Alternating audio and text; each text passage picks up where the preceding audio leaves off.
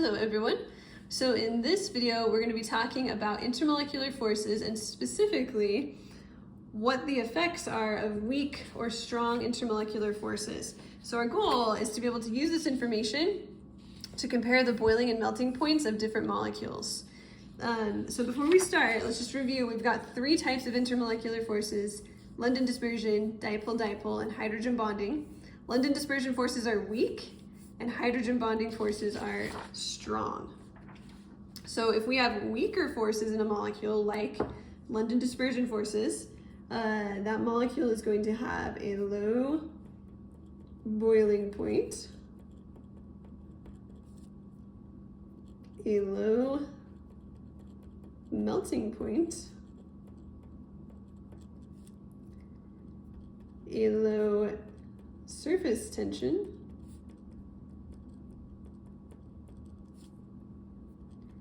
a low solubility in water, and a high vapor pressure. So it's going to evaporate easily because there aren't very many strong forces holding it together, which means there's going to be a lot of vapor above, say, a liquid sample of this substance.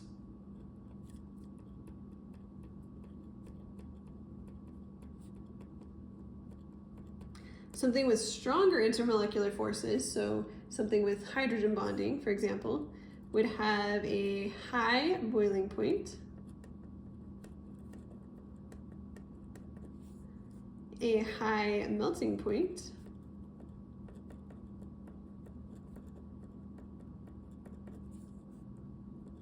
a high surface tension,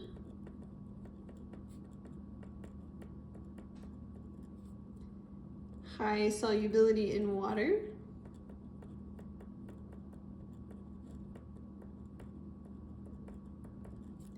and a low vapor pressure.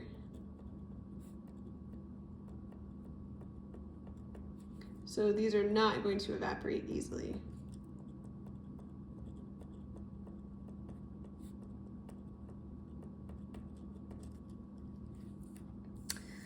All right, so let's do an example. We want to figure out which of these molecules would have the highest boiling point. So basically, this is asking us which of these has the strongest intermolecular forces. So to really be able to figure this out, we really should draw the Lewis structure of each of these. So let's really quickly do that. Carbon has 4 valence electrons and hydrogen has 1 times 4. So this is going to have 8 valence electrons. So we sketch it like this. And once we complete our skeleton structure, that's all 8 valence electrons. So this is our structure for CH4. CH2O, again, carbon has 4 valence electrons, hydrogen has 1, and oxygen has 6. So this one has 12 valence electrons. So we end up with carbon, oxygen, and our 2 hydrogens. We've used so far 1, 2, 3, 4, 5, 6, so we can go 7, 8, 9, 10, 11, 12. Our carbon still doesn't have an octet, so we actually need to take this lone pair and turn it into a double bond, like that. And then finally, NH3 has 5 valence electrons, and then hydrogen has 1 times 3, that would be 8 valence electrons. And to draw our Lewis structure, we would draw 3 bonds between the nitrogen and the hydrogens, and then 1, 2, 3, 4, 5, 6, 7, 8 would be completing our valence electrons.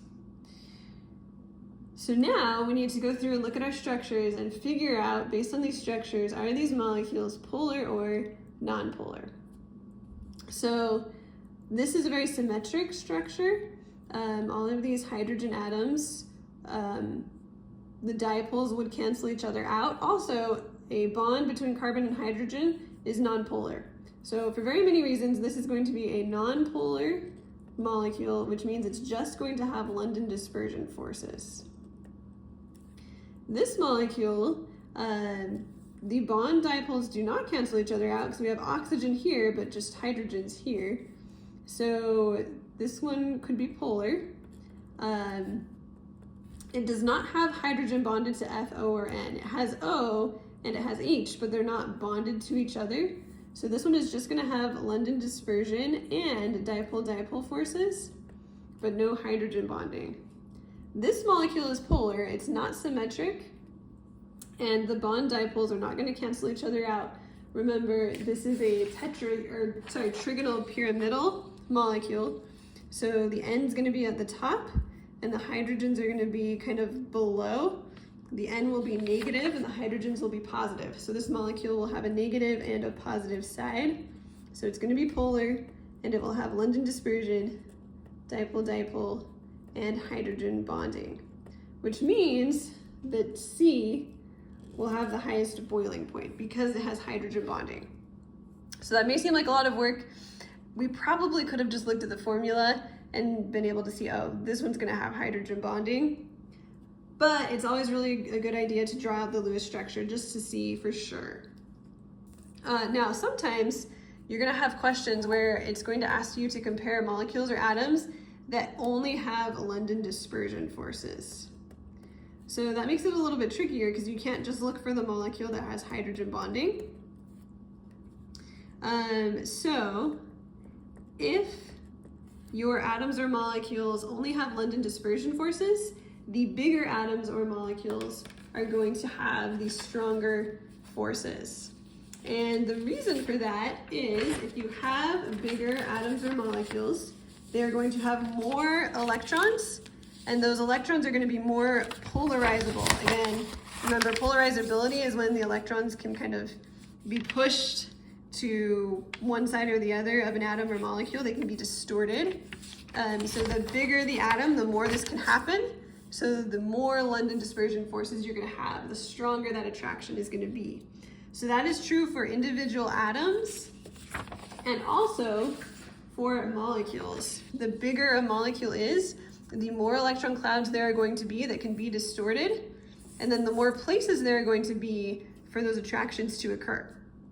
So a molecule with like a longer chain is going to have more surface area, more places where that polarizability and London dispersion force attraction can happen. So let's look at a couple of examples. It says, which of these would have the highest boiling point? These are all just atoms, so the only force they would be able to do would be London dispersion. And if we look at where they are, they're all noble gases. It's helium, neon, krypton, and xenon. Xenon is the biggest, so it's going to have the electron cloud with the most polarizability. So it's going to have the highest boiling point. So it would be D. And then these molecules are all hydrocarbons, so they all are going to be nonpolar because, again, CH bonds are nonpolar. So we don't have to draw these out. We just know the bigger these molecules are, the more London dispersion forces they're going to have, and the higher the melting point and boiling point is going to be. So this molecule is going to have the highest melting point because it is bigger, and so there are going to be more places for London dispersion forces to occur.